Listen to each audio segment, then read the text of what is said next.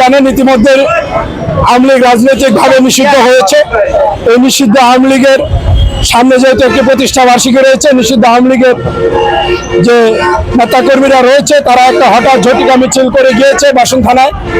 তো 23 তারিখ উপলক্ষে তাদের যে সম্ভাবনা রয়েছে বিভিন্ন জায়গায় বের হওয়ার, সেই জন্য আমরা বাংলাদেশ জাতীয়তাবাদী যুব দল, ছাত্র দলের, স্বেচ্ছাসেবক দল, শ্রমিক দল সকল দলের নেতৃবৃন্দ সর্বোচ্চ সতর্ক অবস্থানে রয়েছি। আজকে আপনারা ইতিমধ্যে খেয়াল করেছেন, আমরা গাছা থানা প্রত্যেকটি স্পটে রাস্তা প্রত্যেকটি মোড়ে মোড়ে আমরা ছাত্রদল, যুবদল, স্বেচ্ছাসেবক দল ঐক্যবদ্ধ হয়ে প্রদক্ষিণ করেছি।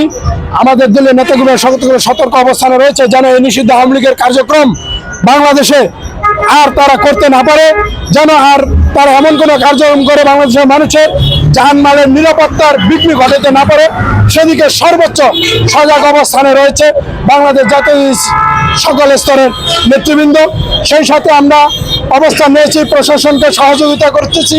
প্রশাসনের সর্বোচ্চ সজাগ অবস্থানে দৃষ্টি রেখেছে যেন নিষিদ্ধ আওয়ামী লীগের নেতাকর্মীরা কোনো বিঘ্ন ঘটাতে না পারে, রাস্তায় কোনো ধরনের অপকর্ম ঘটাতে না পারে, কোনো ধরনের যানজট বিঘ্ন সৃষ্টি করতে না পারে। সেজন্য আমরা ইনশাল্লাহ সজাগ অবস্থানে রয়েছি। ইনশাল্লাহ আমরা আশা করতেছি যে আগামী 23 তারিখ উপলক্ষে বাংলাদেশ নিষিদ্ধ আওয়ামী লীগের কোনো কার্যক্রম অন্তত এই গাছার মাটিতে তারা প্রতিষ্ঠিত করতে পারবে না ইনশাল্লাহ।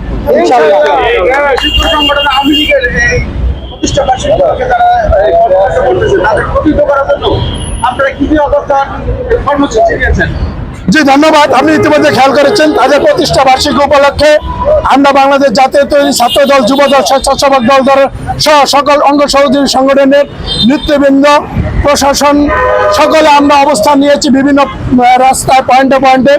তারা যেন রাস্তায় বের হতে না পারে সেদিকে আমরা সর্বোচ্চ চেষ্টা করব তাদের প্রতিহত করার জন্য। আর আমরা ইনশাল্লাহ ডিক্লেয়ার দিতে চাই যে আমরা দাঁড়ালে তারা রাস্তায় নামার মতো সক্ষমতা আর তাদের নাই।